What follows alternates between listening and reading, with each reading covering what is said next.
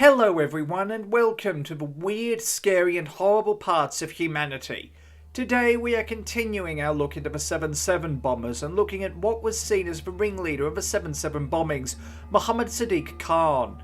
So 7/7 was a series of 4 coordinated suicide attacks carried out by Islamist terrorists, which targeted commuters on London's transport and bus system during the early morning rush hour between 8:49am and 9:47am on the 7th of July 2005, as a protest against the United Kingdom's involvement in the Afghan war following 9/11 and the Second Gulf War, which the United Kingdom had been involved in since 2003, as well as opposition towards British support for Israel.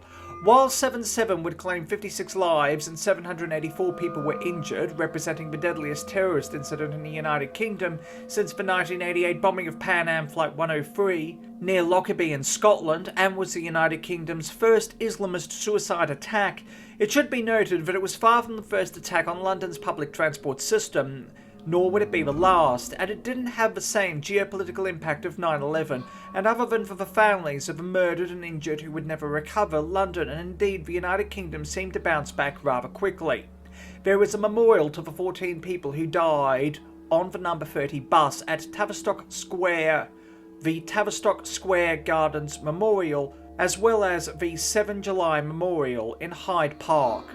But perhaps what shocked the public the most is that unlike 9/11, these weren't terrorists who had flown in months before aboard a Virgin Atlantic flight.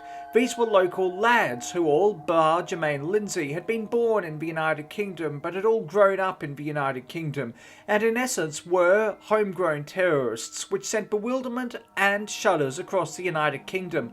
Mohammad Sidique Khan was born on the 20th of October 1974 in St James University Hospital in Leeds. He grew up in Beeston, a suburb of Leeds about 2 miles or 3 kilometres from the south of the centre of Leeds, as the youngest of 6 children with 3 brothers and 2 sisters. His father, Tika Khan, was a foundry worker, while his mother, Mamida Begum, was a stay-at-home mum. Tika Khan was one of the first Pakistanis to settle in Yorkshire and was already in his 50s when Khan was born. His parents were of Pakistani descent and had taken on British citizenship. Khan attended high school at South Leeds High School, renamed Cockburn John Charles Academy in 2018. It is a high school for students aged between 11 and 16, with enrolment being 1,147 students as of April 2023. Fellow 7/7 bomber Hasib Hussain attended the school, however he was in a different year to Khan as he was 12 years his junior. In high school, Khan was remembered as a quiet and studious boy who never caused any trouble, but was sometimes bullied. However, he was also seen as a highly westernised young individual who insisted on being called Sid, with most of his friends being of Anglo-Saxon descent. Robert Cardus, who attended high school with him, would state, "Sid wasn't in your face or outspoken, but he wasn't completely straight-laced either. He was friends with the in-crowd. He had white mates as well as an Asian, and he would quite often be round the back of the gym at break time smoking a fag with the rest of us. He didn't have any girlfriends that I know of, but he'd talk to girls. He was friendly." At the time that Khan attended South Leeds High School, the school offered education right up to A-levels, with students not needing to attend college. As a result, he completed his A-levels there. He then worked a number of low-level clerical government jobs. He then attended Leeds Metropolitan University, now called Leeds Beckett University, and the second of 2 universities in Leeds. The university is currently ranked between 1001 and 1200 of the 2024 World University Rankings by the QS University World Rankings. Khan majored in business studies with a second-class honours degree, graduating in 1996, and was the only 7/7 bomber to complete a tertiary education.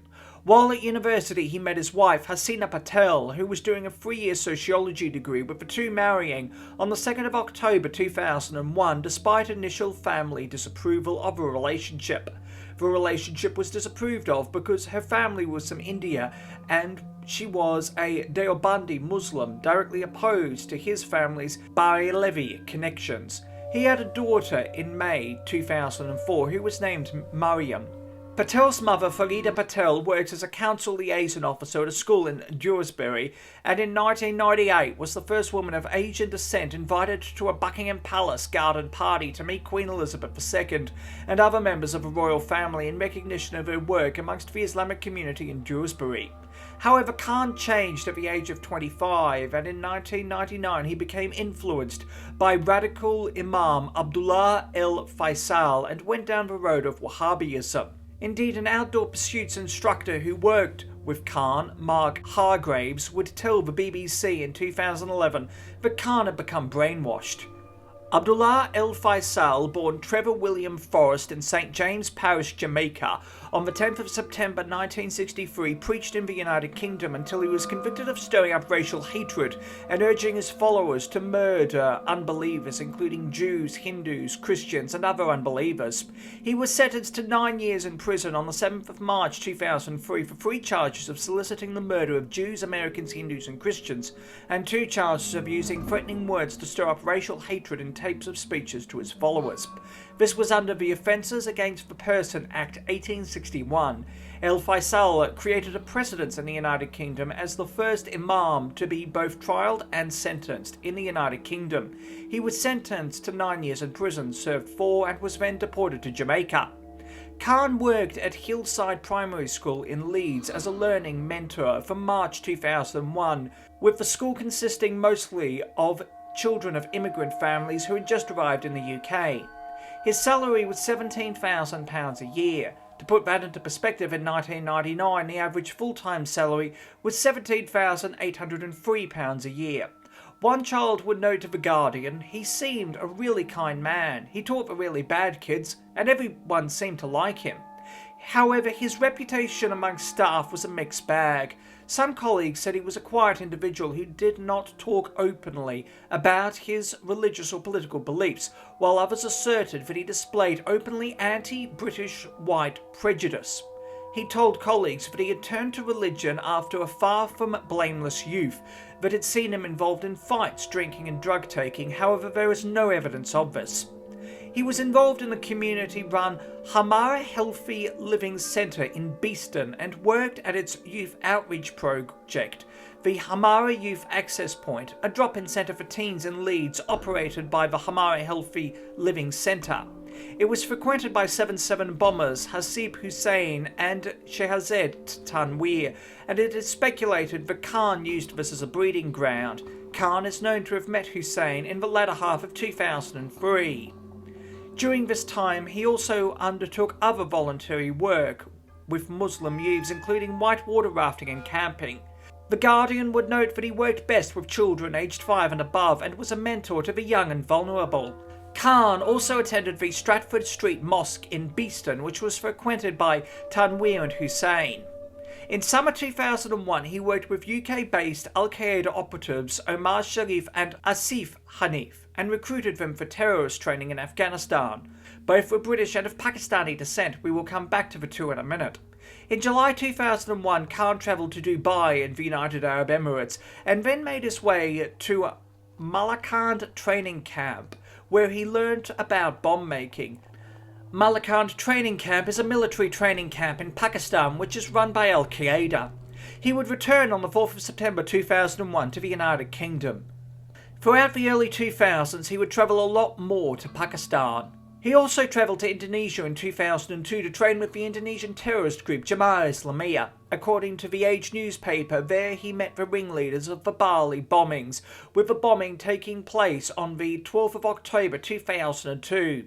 In early 2003, he and his wife travelled to Mecca, Saudi Arabia for the Hajj. He is alleged to have travelled frequently to Israel, including on the 19th of February 2003 for 1 day. Although never definitively proven, it is widely believed that Khan orchestrated a suicide bombing which took place at Mike's Place bar in Tel Aviv, Israel on the 30th of April 2003. This was carried out by Asif Hanif and Omar Sharif. Hanif blew himself up, but Sharif's bomb didn't detonate, leading him to run away. The body of Sharif was found a week later in the sea, and it was determined that he had drowned. It was determined that the bombing was committed by Hamas as well as Al-Aqsa Martyrs Brigade, an armed wing of the Fatah Palestinian faction. Mike's Place is an Israeli chain of bars which currently has 3 bars, one in Tel Aviv, one in Jerusalem and one in Eilat, all in Israel. Moreover, Khan met Mohammad Junaid Babar while in Pakistan, a Pakistani American who pleaded guilty to providing material support to al-Qaeda.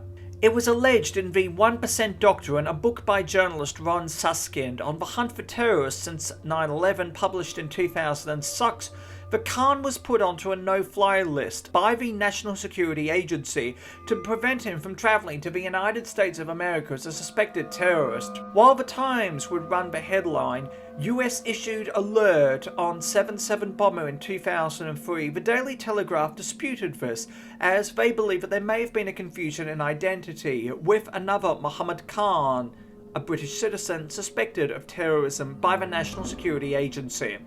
In February 2004, Khan's name appeared during an investigation by MI5 and a plan to detonate a 600-pound truck bomb in London, but Khan's involvement was found to be indirect, and the Times reported that he was judged to be of no threat, and in a missed opportunity, Khan was not placed under surveillance by MI5.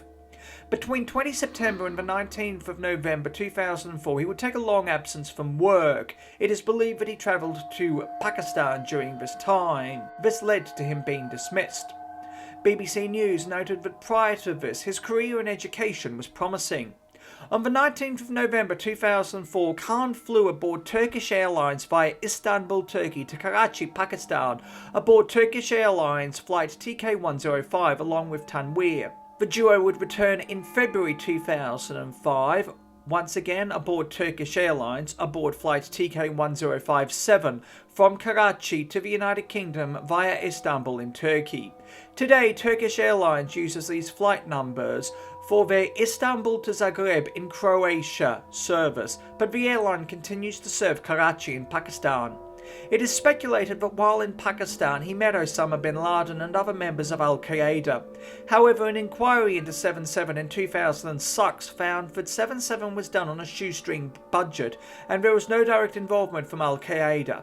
On the 28th of June 2005, Khan, Tanweer and Hussein headed to Luton train station to practice what they would do on the day of the bombings in a practice run at the station. At the time of the bombings, Khan's wife was pregnant. Something that isn't widely known is that 7/7 wasn't supposed to be 7/7, it was supposed to be 6/7 and take place on the 6th of July 2005, however with Khan's wife pregnant. On the 6th of July he had to take his wife to hospital for pregnancy complications, leading to them postponing the bombing to the 7th of July 2005. On the morning of the 7th of July 2005, Khan said goodbye to his wife and daughter in a homemade video, which was later released, but his wife and daughter had no idea what he was planning. He left a handwritten note, with his friend Hasina Patel delivering it to police. The letter was undated and addressed to both his wife and daughter, and stated, "Sorry I can't be there. Hope you understand. I love you all, and inshallah, we'll meet you the best of places, Jannah." He also left his will and another letter addressed to his wife, which said, "You have tried to be a good wife, but I have deceived you." He also left £400 to buy toys for his children. In July 2007, his wife would tell Sky News that it was a normal goodbye. "See you later. I'm going out. I'll be back in a few hours." The trio drove to 18 Alexandra Grove in Leeds, where homemade explosive devices were assembled and kept refrigerated overnight. The apartment was owned by Egyptian citizen Magdi Mohammed el-Nashar, who had spent 5 years undertaking postgraduate studies at the University of Leeds and rented the apartment to 7/7 bomber Jermaine Lindsay. However, there was no evidence that el-Nashar met Khan. El-Nashar was falsely claimed to be the mastermind behind 7/7, but left the United Kingdom shortly before 7/7 for a holiday in his native Cairo for 6 weeks after completing his doctorate. However, he was held in Egypt from the 15th of July 2005 to the 10th of August 2005 on suspicion of being involved in 7/7 before being released. The trio then drove to Luton Station, where they met Lindsay and bought a return ticket to King's Cross Station, knowing that they would never return. Boarding a train from Luton to King's Cross, the train was expected to arrive at 7:59 a.m, but it was delayed until 8:23 a.m. The delay of the train from Luton meant that the bombers had to improvise. They originally intended to target Bond Street Station, South Kensington Station, Paddington Station and Westminster Station, but had to improvise, with Khan instead targeting Edgware Road Station. From King's Cross Railway Station they said goodbye in front of a Boots Pharmacy on the station concourse, with Khan boarding a Circle Line train heading west in the direction of Paddington Tube Station. The train was number 215 and had 6 cars. At 10:50 a.m, just as the train was pulling out of Edgware Road Station, Khan let the bomb off. In the process, in addition to himself, he killed 6 individuals, all of whom were British: 52-year-old Olin Morley, 52-year-old David Fawkes, 34-year-old Jonathan Downey, 29-year-old Laura Webb, 24-year-old Jennifer Vanda Ann Nicholson, and 22-year-old David Fawkes. The bomb was so powerful that an eastbound Circle Line train that was passing next to the bomb train was damaged, and a wall in the tunnel was damaged, which later collapsed. However, the Circle Line is a cut-and-cover subsurface tunnel which is about 7 metres deep with 2 parallel tracks and is relatively wide. As a result, the destructive force of the bomb was lessened as the explosion was vented into the tunnel. Tragically, while this insanity was ongoing, his wife was trying to call him. Her mother had taken her to the hospital for a scan, and it was found that she had lost her baby. She left voicemails on Khan's mobile phone telling him, "I'm bleeding, something's up." BBC News reported in 2007 that Khan's involvement in 7/7 shocked those who knew him. On the 12th of July 2005, Scotland Yard and MI5 would tell the family that Khan was a bomber during 7/7, and his brother-in-law Ahmed Patel noted to BBC News in 2016 that initially the family had felt that he was a victim and struggled to comprehend, and indeed went into denial over Khan's involvement in the suicide attack. On the 1st of September 2005, Al Jazeera broadcast a videotape by Khan in which he described the reason for becoming what he termed a soldier, stating, "I'm going to keep this short and to the point because it's all been said before by far more eloquent people than me, and our words have no impact upon you. Therefore, I'm going to talk to you in a language that you understand. Our words are dead until we give them life with our blood. I'm sure by now the media's painted a suitable picture of me. This predictable propaganda machine will naturally try to put a spin on things to suit the government and to scare the masses into conforming to their power and wealth-obsessed agendas. I and thousands like me are forsaking everything for what we believe. Our drive and motivation doesn't come from tangible commodities that this world has to offer. Our religion is Islam, obedience to the one true God and following the footsteps of the final prophet messenger. Your democratically elected governments continually perpetuate atrocities against my people all over the world, and your support of them makes you directly responsible, just as I am directly responsible for protecting and avenging my Muslim brothers and sisters. Until we feel security, you will be our targets, and until you stop the bombing, gassing, imprisonment and torture of my people, we will not stop this fight. We are at war, and I am a soldier. Now you will taste the reality of this situation." There was then a break in the tape, and Khan would then state, I make dua to Allah to raise me amongst those whom I love, like the prophets, the messengers, the martyrs, and today's heroes, like our beloved Sheikh Osama bin Laden, Dr. Ayman al-Zawahiri, and Abu Musab al-Zarqawi, and all the other brothers and sisters that are fighting in the of this cause. Osama bin Laden was a Saudi-born Islamic militant who was the founder and first General Emir of al-Qaeda from the 11th of August 1988 until his death on the 2nd of May 2011, and mostly known as the architect of 9/11. Ayman al-Zawahiri was an Egyptian-born militant and physician who served as the second General Emir of al-Qaeda from the 16th of June 2011 until he was killed in a US drone strike in Afghanistan on the 31st of July 2022. Abu Musab al-Zarqawi was a Jordanian jihadist who ran a terrorist training camp in Afghanistan and was the first emir of al-Qaeda in Iraq from the 17th of October 2004 until the 7th of June 2006, when he was killed by a joint US Air Force bombing while attending a safe house in Wihabism in Iraq. However, the Home Office believed that the tapes were edited after the attack to show al-Zawahiri in order to appear that al-Qaeda was involved in the 7/7 attack, but the Home Office found no evidence of this. In May 2007, Khan's wife Patel was arrested on suspicion of the commission, preparation and instigation of acts of terrorism, but was released without charge. She would tell Sky News in July 2007 that she was trying to rebuild her life with her daughter. In 2016, his brother-in-law would speak for the first time publicly with BBC News, stating that while there were no signs that Khan would be a suicide bomber, his actions were disgusting, and that he's a coward, with terrorism hurting everyone. Thank you for watching. Please do yourself a favour and hit that subscribe button and the bell icon to be notified of when new videos come out. Also, why not hit that like button and leave a nice comment? It helps more than you know, and your support is truly appreciated. Until next time, stay awesome, stay classy, be kind to everyone you meet, have an amazing day, and remember the truth is always more interesting than fiction.